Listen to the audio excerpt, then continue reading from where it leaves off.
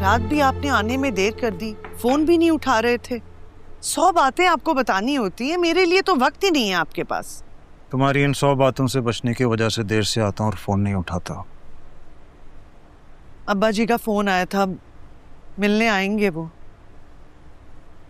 मिलने नहीं, अपने बेटे के पैसों का तकाजा करने के लिए।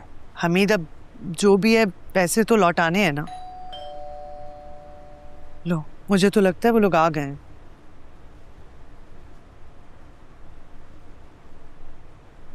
नादिर को तो मैंने रोका हुआ है कि भाई कुछ लिहाज करो, बहन बहनों का मामला है। अगर तुमने तो हद कर दी, तुम उसका टेलीफोन ही नहीं उठा रहे हो और मेरा टेलीफोन भी काटना शुरू कर दिया तुम। मैं कहीं भागे जा रहा हूँ, उधार है वापस कर दूंगा।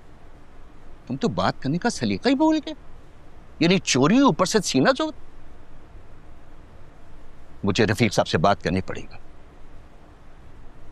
अब्बा जी को बीच में लाने की जरूरत नहीं है आपको।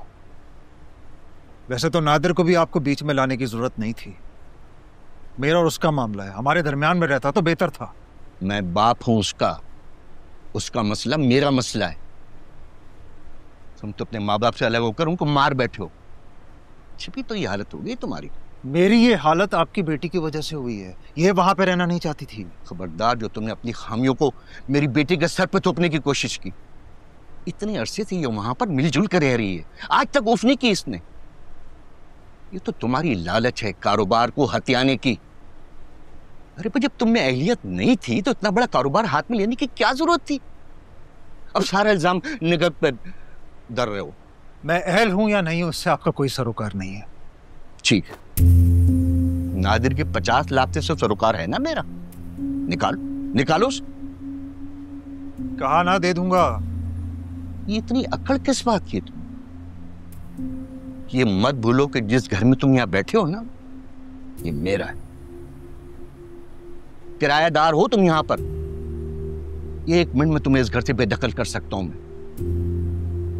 निगत समझा लो उसको। अब्बा जी प्लीज। क्या प्लीज? सिर्फ तुम्हारी और तुम्हारी बच्चों की खातिर ये सब कुछ बर्दाश्त कर रहा हूं मैं। 1 महीने का वक्त है तुम्हारे पास। अगर पैसे नहीं आए ना तो यह घर भी खाली करना पड़ेगा और फिर नादिर अपने तरीके से पैसे निकलवाएगा। मैं तुम्हें कोई फेवर नहीं करूंगा, ये बात अच्छी तरह से समझ लो तुम। चलता हूं। जी चाय तो पी के जाए ना। चाय नहीं, ठंडा पिलाओ उसको ताकि इसका दिमाग कुछ काम करे। समझ में आई ना मेरी बात? देख लिया तुमने, ये है तुम्हारा बाप, जिसकी इज्जत हम बुजुर्ग समझकर करते रहे। इसे सिर्फ अपने पैसे की पड़ी है, ना अपनी बेटी का ख्याल है और ना ही उसके घर का।